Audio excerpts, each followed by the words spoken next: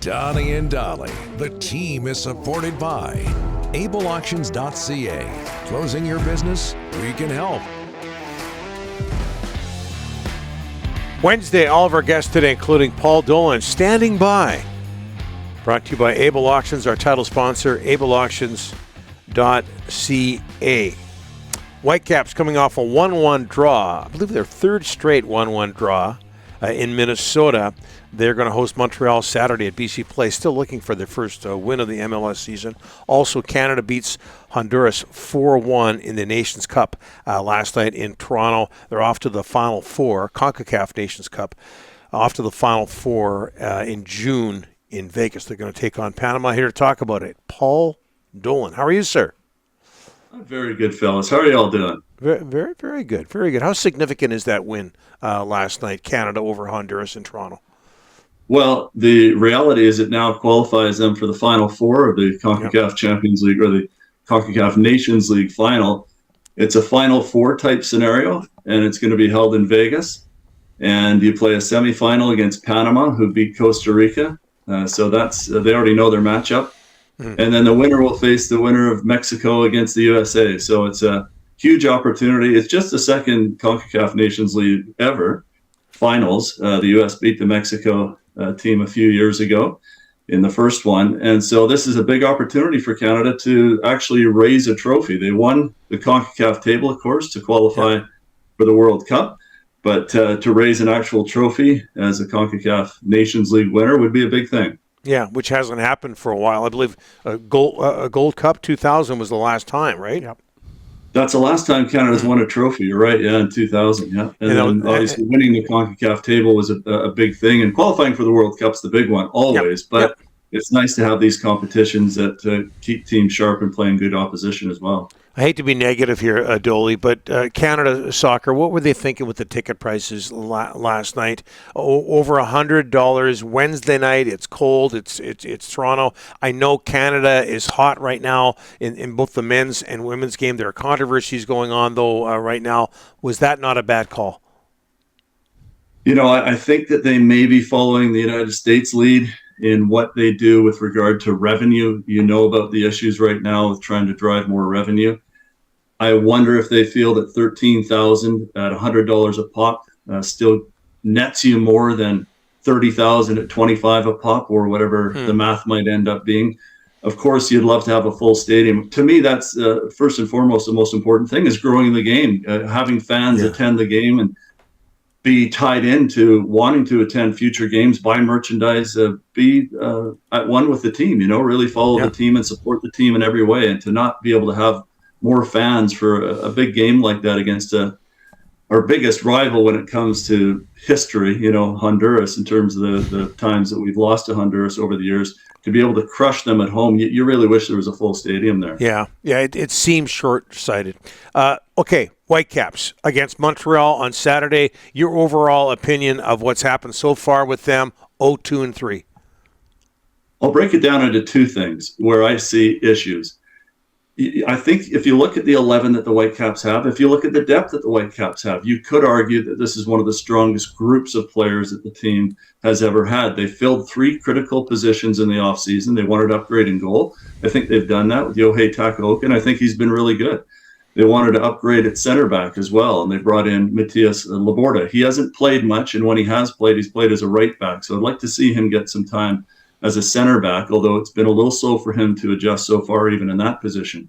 And then up front, when you lose Lucas Cavallini, they wanted to bring in someone who featured the characteristics that Vanni Sartini wanted for the way that his team liked to play, which is to get in behind, use speed, use pace, use that ability to link play as well with the players coming from their deep number 8 positions and then from the closer number 10 attacking midfield positions.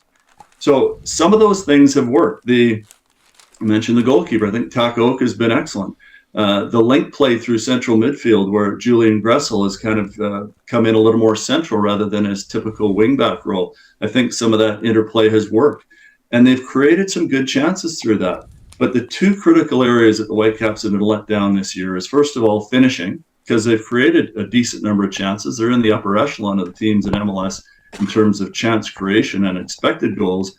but their finishing just hasn't been there. Brian White seems snake bitten. Sergio Cordova gets injured. He's out.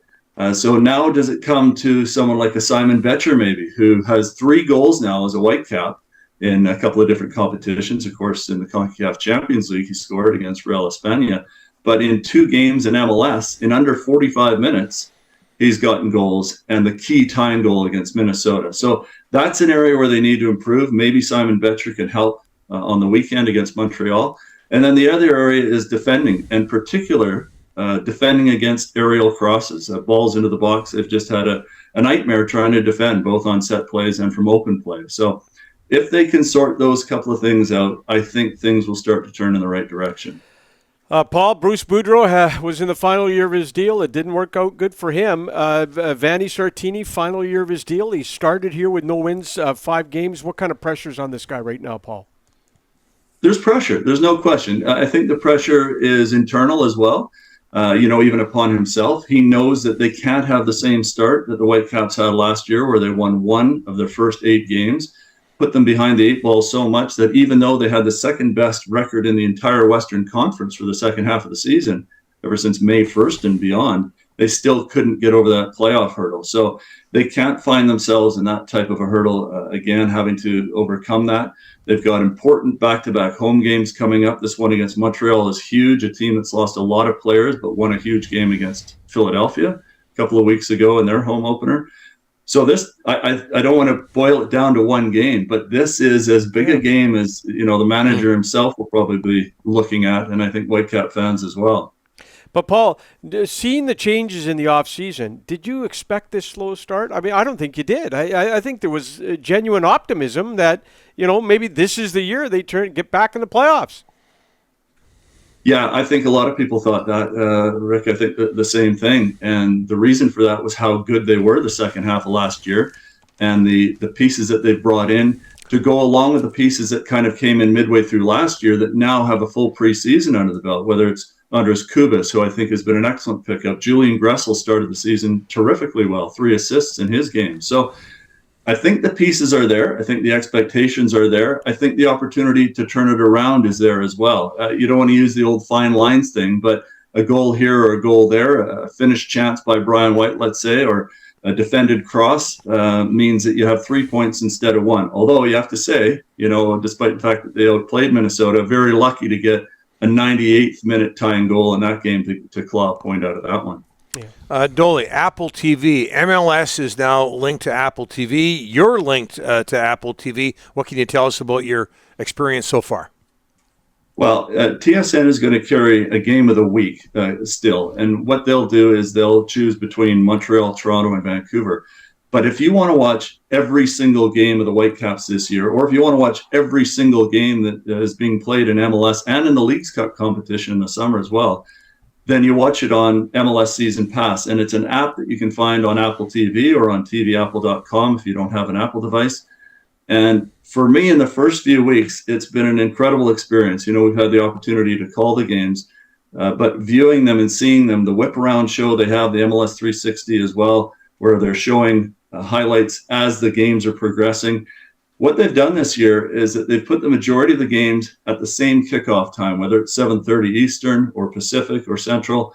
That means that it's kind of destination viewing. People know when to turn it on. They're going to see multiple games at the same time. Of course, they can go in and watch their home team, which obviously you can do for the Whitecaps home and away games. But it's well-rounded package that gives you every single game in MLS.